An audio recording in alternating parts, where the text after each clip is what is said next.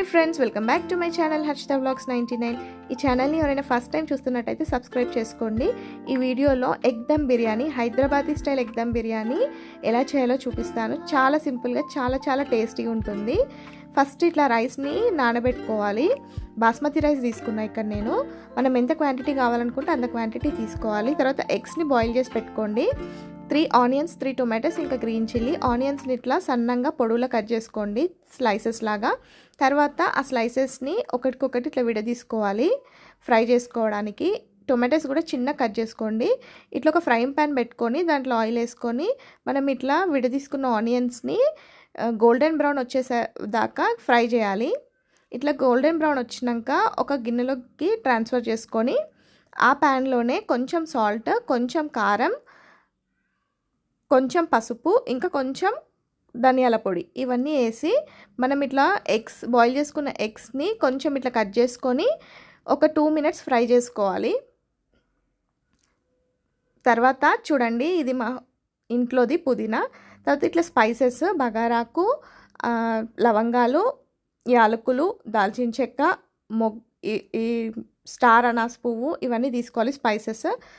ఒక గిన్నెలో మనకి రైస్ వండుకునే గిన్నెలో ఒక 2 స్పూన్స్ ఆయిల్, ఇంకా 2 స్పూన్స్ గీ వేసుకొని ఆ స్పైస్ అన్నీ వేసి మిర్చి, టొమాటోస్, ఆనియన్ ఇవన్నీ వేసేసి మంచిగా మగ్గించుకోవాలి. కొంచెం సాల్ట్ వేసి మగ్గించుకోండి. చూడండి, ఇప్పుడు టొమాటోస్ వేసేస్తున్నా. టొమాటోస్ కూడా చిన్న కట్ చేసుకోండి, పెద్దగా వేసుకుంటే అసలు ఉడకవవి. తర్వాత ఇట్లా మంచిగా మగ్గినాక కొత్తిమీర ఇంకా పుదీనా 2 వేసేసేయండి. తర్వాత మనం ఫ్రై చేసుకున్న ఆనియన్స్ వేయండి. కొంచెం లాస్ట్కి గార్నిషింగ్ ఉంచుకోండి. తర్వాత కారం, ధనియాల పొడి, గరం మసాలా, సాల్ట్ వేసేసుకొని ఈ గ్రేవీలో మిక్స్ చేసుకోండి మంచిగా. తర్వాత మీరు రైస్ ఏ గ్లాస్తో తీసుకున్నారో ఆ గ్లాస్, ఒక్క గ్లాస్ రైస్కి 2 గ్లాసెస్ ఆఫ్ వాటర్ యాడ్ చేసుకోండి. మీరు ఏ గ్లాస్తోనైనా ఏ గిన్నెతోనైనా ఇదే కొలత. ఇంకొంచెం మీది పాత బియ్యం అయితే కొంచెం ఎక్స్ట్రా వాటర్ యాడ్ చేసుకోండి. సేమ్ మనం బగారాన్నం వండుకుంటాం కదా, ఆ రేషియోనే పర్ఫెక్ట్గా అవుతుంది రైస్. మనం బాస్మతి రైస్ ముందే నానబెట్టుకున్నాం కాబట్టి 1:2 వేసుకున్నా నేను. చూడండి, ఇట్లా క్యాబెట్ వేసుకుంటే మనకు తొందరగా ఎసరు వచ్చేస్తుంది. తర్వాత మనం నానబెట్టుకున్న రైస్ని దీంట్లో వేసేసుకోవాలి ఎసట్లో.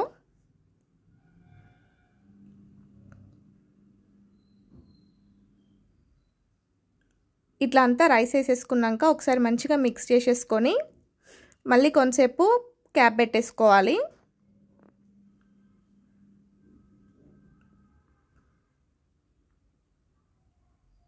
చూడండి, ఇట్లా క్యాప్ పెట్టేసుకుంటే అది దగ్గరకు వస్తుంది. కొంచెం ఈ కన్సిస్టెన్సీకి వచ్చినాక మనం ఫ్రై చేసుకున్న ఎగ్స్ని దాంట్లో వేసుకోవాలి. ముందే వేసుకుంటే స్మెల్ వస్తుంది.